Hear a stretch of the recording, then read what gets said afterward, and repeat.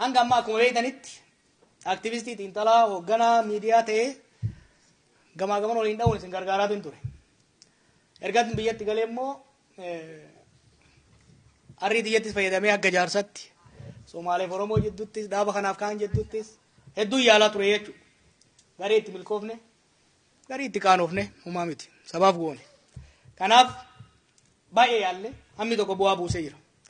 Haala amma jiruun garuu keessattuu duula Oromoo irratti guddaa banamee deemu kana ofirraa cabsuudhaaf dogongoroota keessaan uumamaa jiran karatti deebisuudhaaf moggarra dhaabachuun akka nan baafne anis warri wajjin daleenus gara amanuutti dhufnee jirra jechuudha.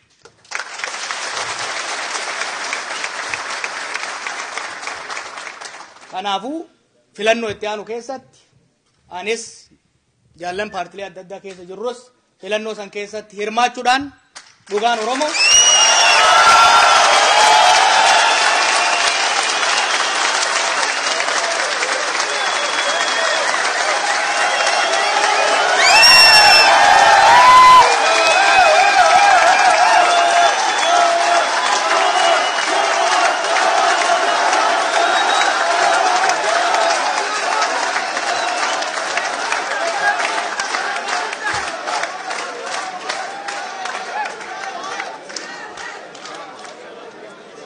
kanaaf filannoo asaanu keessatti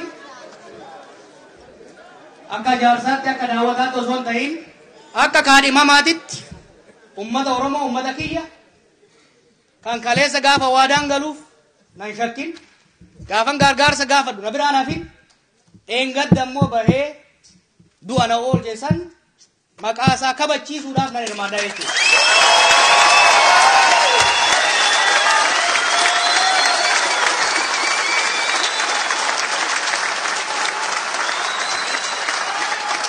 Filannoon as deemu kun